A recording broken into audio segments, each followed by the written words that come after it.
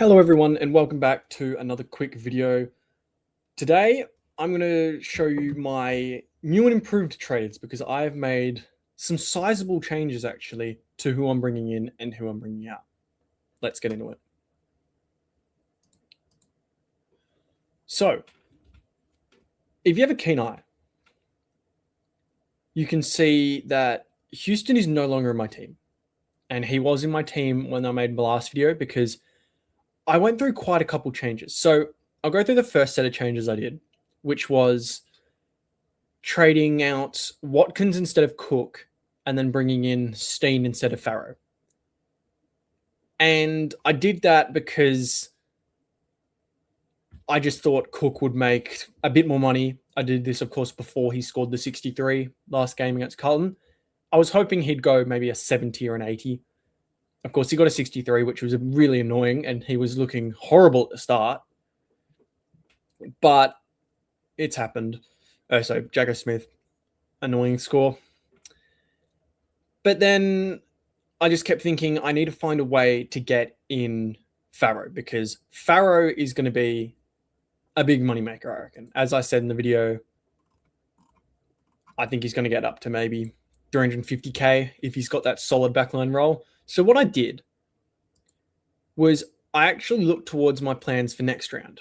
And I want to get in Christian Petrarca next round because then I have, as you saw by the thumbnail of last video, if you saw that, I'd basically have a completed forward line. I'd have Sheasel, Flanders, Took Miller, Cozzy Pickett, who I've got up here in the forward line of midfield, Lukosius, and then Petrarca as my six forwards, eliminating the need to have Robertson, a Marshall, Philippou, or a Lombard on field. And so I realized the only way to really get track in next round was to get rid of Dan Houston, who is already someone I was looking at getting out because I just don't see the scoring there. Of course, he got a 132 against Adelaide, which was a good score, but then a 61 and 101. And this 101 is big because Nick Dacos wasn't in. You also had Scott Pendlebury out. And I forgot what was happening with Darcy. I think he might have been out that game. But with all those three out and he only manages to get a 101, I don't like it. And I decided to trade him out because I think, of course, his usage is going to move down when Pendles and Nick Dacos come back in. And I'm going to get him out anyway. And I brought back in Connor Buderick, who is still looking to generate a bit more cash. His break-even's only 45, so if he scores a 70, he'll get basically 10 more K. Whether if Dan Houston, he needs to get a 112 to not drop in price, and I don't see him in my final team. And so that allows me to get the cash. That allowed me to get the cash to go Farrow up to Steen, Steen up to Farrow. And it also gives me a good 122k to get track in next round, which I think is going to be Connor Buderick and Braden Cook so far, unless someone else really drops a stinker, if Tanner Bruin, God forbid, gets injured, or if anyone else gets injured. But I think I'll pull up a calculator here, and I'll just do some maths. So 122, 300. We already know what Cook's going to be. He's going to be basically 73,000.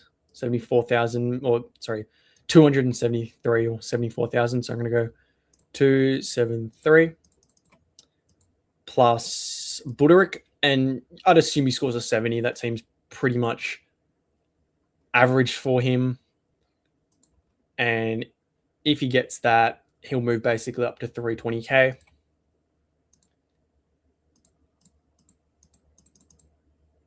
Which gives us 715k, which is easily enough to get Christian Petrarca and Lucky Goblin, who I think are the two rookies I want to get, or the two players I want to get, especially going into that Essendon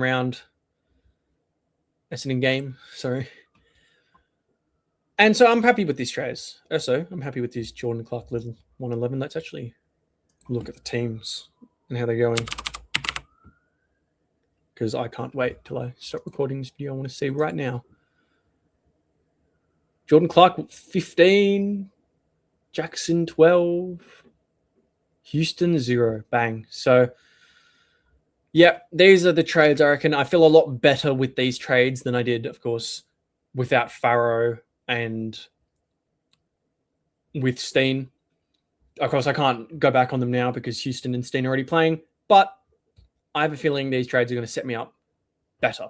It does leave me with a bit of a bare backline, but I've got Farrow, I've got Grill, I've got Sarong, Jakes.